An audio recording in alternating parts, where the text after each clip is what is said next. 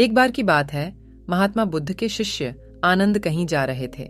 रास्ते में उन्होंने देखा कि एक अधेड़ व्यक्ति एक चट्टान पर बैठा रो रहा है।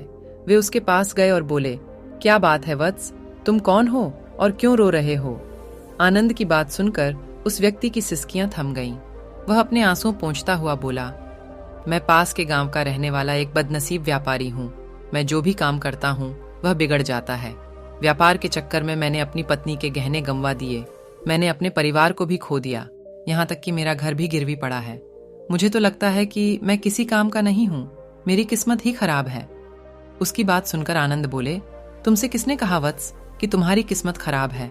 जरा मैं भी तो जानूं कि तुम्हारी किस्मत में क्या खराबी है। वह व्यक्ति बोला, पहले मैं खेती करता था, पर हर साल उसमें घाटा होता था। कभी सूखा पड़ जाता तो कभी ज्यादा बारिश के कारण फसल बर्बाद हो जाती। इससे परेशान होकर मैंने व्यापार करने का निश्चय किया। मैंने पत्नी के गहने बेचकर अपना व्यापार शुरू किया, लेकिन मेरा व्यापार नहीं चला। शुरू में परिवार वालों ने मेरा साथ दिया, लेकिन जैसे जैसे मुझे नुकसान होने लगा, मेरे परिवार वाले भी मुझसे दूर हो गए। मैं यह सब उनके लिए ही कर रहा था, लेकिन अब वे लोग मुझे देखकर नजरें फेर लेते हैं और मुझे ही मेरे परिवार की दुर्दशा का जिम्मेदार ठहराते हैं। उस व्यक्ति ने एक लंबी सी सांस ली और फिर बोला, मेरा एक मित्र है, उसने भी मेरे साथ अपना व्यापार शुरू किया था। उसका व्यापार अच्छा चल रहा है। वह जब भी मेरे घर आता है तो अपनी सफलता की कहानियां सुनाता है। उसकी बातें सुनकर मेरे घर वाले भी कहते हैं कि उसे देख और कुछ सीख। हमें तो लगता है कि तेरे वश का कुछ भी नहीं है। उन लोगों की बातें सुन सुनकर अब तो मुझे भी लगने लगा है कि शायद मेरे वश का कुछ भी नहीं है। अब तो मुझे अपना जीवन ही व्यर्थ लगने लगा है। मेरे मन में ख्याल आता है कि अपना जीवन समाप्त कर लूं। मैं यहाँ आया भी इसी इरादे से था, लेकिन हिम्मत नहीं कर पाया, इसीलिए यहाँ एकांत में बैठा विलाप कर रहा था। आनंद बोले, ओह, तो ये बात है। वैसे क्या तुम इसके अलावा कुछ और भी कहना चाहते हो? उनकी बात सुनकर वह व्यक्ति बोला, एक ओर मेरा हर काम खराब हो जाता है, दूसरी ओर मेरा मित्र है जो हर समय मुझे नीचा दिखाने का प्रयत्न करता रहता है। मुझे समझ में ही नहीं आता है कि मैं क्या करूं। आनंद बोले, क्या तुम अपने मित्र की बातें सुनकर दुखी हो जाते हो? हाँ, मैं उसकी बातें सुनकर स्वयं दुखी हो जाता हूँ, उस व्यक्ति ने जवाब दिया। आनंद ने पूछा, तुम्हें किस बात का दुख होता है, अपने असफल होने का या फिर मित्र के सफल होने का? उनका सवाल सुनकर वह व्यक्ति एक पल के लिए सोच में पड़ गया। फिर वह बोला, अगर सच कहूं तो मुझे अपने असफल होने का उतना दुख नहीं होता है जितना कि मित्र के सफल होने का होता है। अर्थात यदि तुम्हारा मित्र असफल हो जाए तो तुम्हें खुशी होगी। आनंद ने प्रश्न किया। वह व्यक्ति बोला, हाँ, मुझे बहुत खुशी होगी। इसका मतलब है कि तुम्हारी खुशी तुम्हारे मित्र पर निर्भर है। आनंद बोले, अगर वह चाहे तो तुम्हें खुश कर सकता है और अगर वह चाहे तो तुम्हें दुखी कर सकता है। तुम स्वयं से न तो खुश हो सकते हो और न ही दुखी हो सकते हो। अर्थात तुम अपने मित्र के गुलाम हो गए हो, इसलिए तुम्हारा कुछ नहीं हो सकता। ऐसा न कहें, महात्मन उस व्यक्ति ने हाथ जोड़ दिए। आपकी बातें सुनकर मुझे कुछ आशा बंध रही है। आनंद बोले, जब हम किसी से आशा बांध लेते हैं तो उस पर निर्भर हो जाते हैं। ऐसे में हमारी खुशी और दुख भी उस पर निर्भर करने लगता है। इससे बेहतर है कि तुम अपने आप से आशा बांधो। जब तुम ऐसा करोगे, साथ ही पूरे जतन से काम करोगे, तो तुम्हें सफलता अवश्य प्राप्त होगी। कहते हुए आनंद ने एक पल के लिए उस व्यक्ति की ओर देखा, फिर अपनी बात आगे बढ़ाई। तुम्हें लगता है कि तुम्हारा मित्र तुम्हें दुखी करने आता है, पर अगर विचार करो तो वह बातें तो सच्ची ही कहता है। वह अपने संघर्ष और अनुभव की बातें बताता है। तुम उन बातों से बहुत कुछ सीख सकते हो। तुम्हें इसके लिए उसका धन्यवाद करना चाहिए कि तुम्हें घर बैठे कुछ अनुभव मिल रहे हैं। तुम उन अनुभवों का लाभ उठाओ, नई शुरुआत करो, कर्म करते जाओ, हार मत मानो। एक दिन तुम्हें सफलता अवश्य मिलेगी। आज तुम जिसे अपना बुरा वक्त या बुरी किस्मत कह रहे हो, एक दिन यह बदल जाएगी। इसी के साथ तुम्हारे विचार भी बदल जाएंगे। और देखना, जब तुम्हारा अच्छा वक्त शुरू होगा, तब तुम्हारा मित्र भी तुम्हें अपनी सफलताओं की कहानियां नहीं सुनाएगा। तब वह अपनी असफलताओं की बातें बताएगा, ताकि तुम उसकी बातें सुनकर भ्रमित हो जाओ, तुम्हारा आत्मविश्वास हिल जाए और तुम गलत निर्णय ले सको। लेकिन उस समय भी तुम्हें अपनी बुद्धि का प्रयोग करना होगा। तुम्हारा मित्र जैसे आज तुम्हें दुखी करने आता है, उसी तरह उस समय भी वह तुम्हें दुखी करने आएगा। क्योंकि जिस तरह उसे दुखी देखकर तुम्हें मजा आता है, उसी तरह उसे भी तुम्हें दुखी देखने में उतना ही मजा आता है। वह व्यक्ति बोला, आपने सही कहा, लेकिन मेरा सबसे बड़ा दुख यह है कि मेरे परिवार के लोग भी इसमें शामिल हैं। वास्तव में मैं तो अपने परिवार के लिए अच्छा करना चाहता था, लेकिन वे लोग भी मेरी बात नहीं समझते हैं। वे भी मुझे गलत कहते हैं और अब तो वे मेरे साथ भी नहीं हैं। आनंद बोले, मैं सब समझ गया। तुम सांत्वना चाहते हो। वास्तव में इस दुनिया में सभी लोग सांत्वना ही चाहते हैं। हम चाहते हैं कि हम जब भी कुछ करें तो लोग हमारी प्रशंसा करें, लेकिन आमतौर से ऐसा नहीं होता है, इसलिए हम दुखी हो जाते हैं। हमें लगता है कि हमारे मित्र परिवार वाले सब मतलबी हैं, लेकिन तुम अगर किसी को अपना परिवार मानते हो और उसके लिए कुछ करना भी चाहते हो तो तुम्हें ऐसा क्यों लगता है कि तुम दूसरों के लिए कुछ कर रहे हो?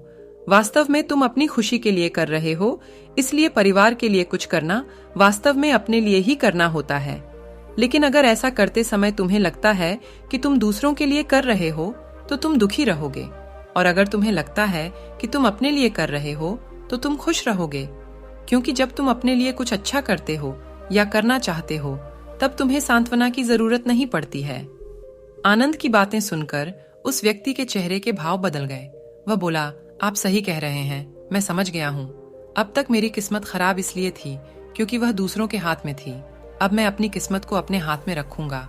मैं फिर से प्रयत्न करूंगा, पूरे मन से काम करूंगा, और जब तक सफलता नहीं मिल जाती चैन से नहीं बैठूंगा। उस व्यक्ति की बात सुनकर आनंद मुस्कुराए और उसे एक छोटी सी डिबिया देते हुए बोले, इस डिबिया को हमेशा अपने पास रखना।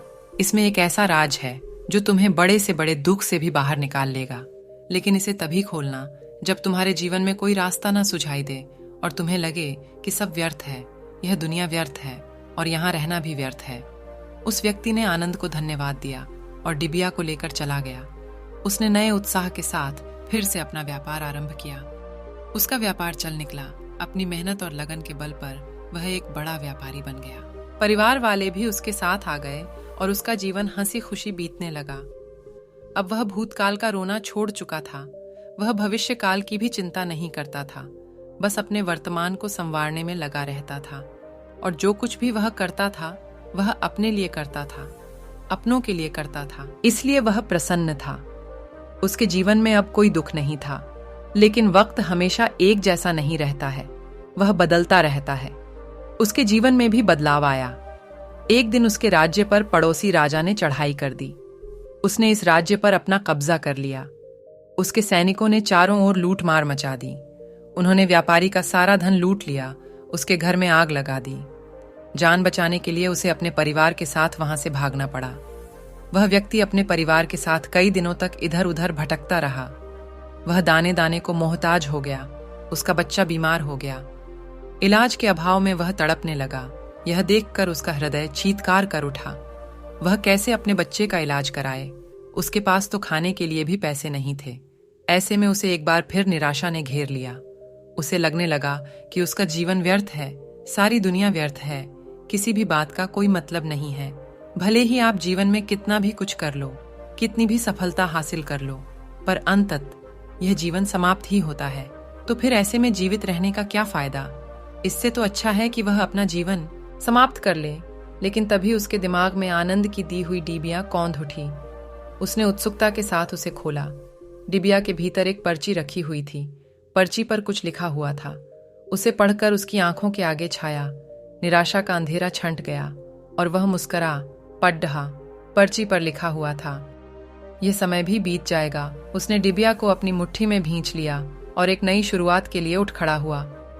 दोस्तों, अगर आप भी ऐसी ही परिस्थिति से गुजर रहे हैं तो निराश न हों। अपने अतीत पर शोक मत करें, न ही भविष्य की चिंता करें। अपने वर्तमान को जिएं और उसे बेहतर बनाने के लिए सच्चे मन से प्रयत्न करें।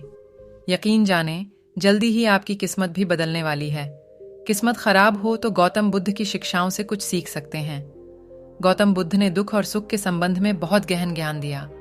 उनका मुख्य संदेश था कि दुख और सुख प्राण की मानसिक स्थिति से उत्पन्न होते हैं और हम अपने मन की शांति और समृद्धि के लिए कुछ कर सकते हैं। अगर आपकी किस्मत खराब हो तो ये समझ जरूरी है कि हर समस्या का समाधान होता है। बुद्ध के अनुसार मनुष्य अपने कर्म से अपनी किस्मत को प्रभावित करते हैं। आप अपने कर्मों पर ध्यान देकर और उन्हें सुधार करके अपनी स्थिति को सुधार सकते हैं। इसके अलावा बुद्ध ने ध्यान और विपश्यना ध्यान को बढ़ावा दिया, जो मन की शांति और सुधार के लिए मध्यम है। ध्यान के माध्यम से आप अपने दुख को कम कर सकते हैं और अपने जीवन को संतुष्ट और खुशहाल बना सकते हैं। तो अगर आपका मन भी खराब है और आप किस्मत से परेशान हैं, तो गौतम बुद्ध के उपदेशों से प्रेरित होकर अपने कर्म पर ध्यान दें। ध्यान और ध्यान का अभ्यास करें। आप अपने जीवन की स्थिति को सुधार सकते हैं, और अगर आप अपनी किस्मत को सुधारने के लिए कुछ व्यावहारिक कदम उठाना चाहते हैं तो ये विचार कर सकते हैं। स्वास्थ्य जीवन शैली। अपने शरीर और मन की स्वास्थ्य का ध्यान रखें, व्यायाम करें, सही आहार लें और ध्यान दें कि आपका जीवन शैली स्वस्थ हो। नए ज्ञान की प्राप्ति। नए चीजों का ज्ञान प्राप्त करने के लिए पढ़ाई करें और अपने व्यक्तित्व और व्यावसायिक विकास के लिए प्रयास करें। उचित योगदान। सामाजिक सेवा और सेवा के क्षेत्र में योगदान करें। औरों की मदद करके आप अपने जीवन को महत्वपूर्ण और प्रभावित बना सकते हैं। संवेदनाशीलता। अपने संवेदनाशील होने का प्रयास करें, दूसरों की भावनाओं का सम्मान करें और उनके साथ संवेदनाएं बनाएं। नीति और संकल्प बनाएं और अपनी नीति और लक्ष्यों की तरफ कदम बढ़ाएं। संकल्प और निश्चय से आप अपने उद्देश्यों को पा सकते हैं। ध्यान और प्राणायाम। ध्यान और प्राणायाम का अभ्यास करें, जो आपको मानसिक शांति और स्थिरता प्रदान करेगा। ध्यान रहे, किस्मत सिर्फ एक हिस्सा है और आप अपने कर्मों और विचारों से अपनी स्थिति को सुधार सकते हैं। गौतम बुद्ध के उपदेशों का पालन करके आप अपने जीवन में सुखी और समृद्ध हो सकते हैं।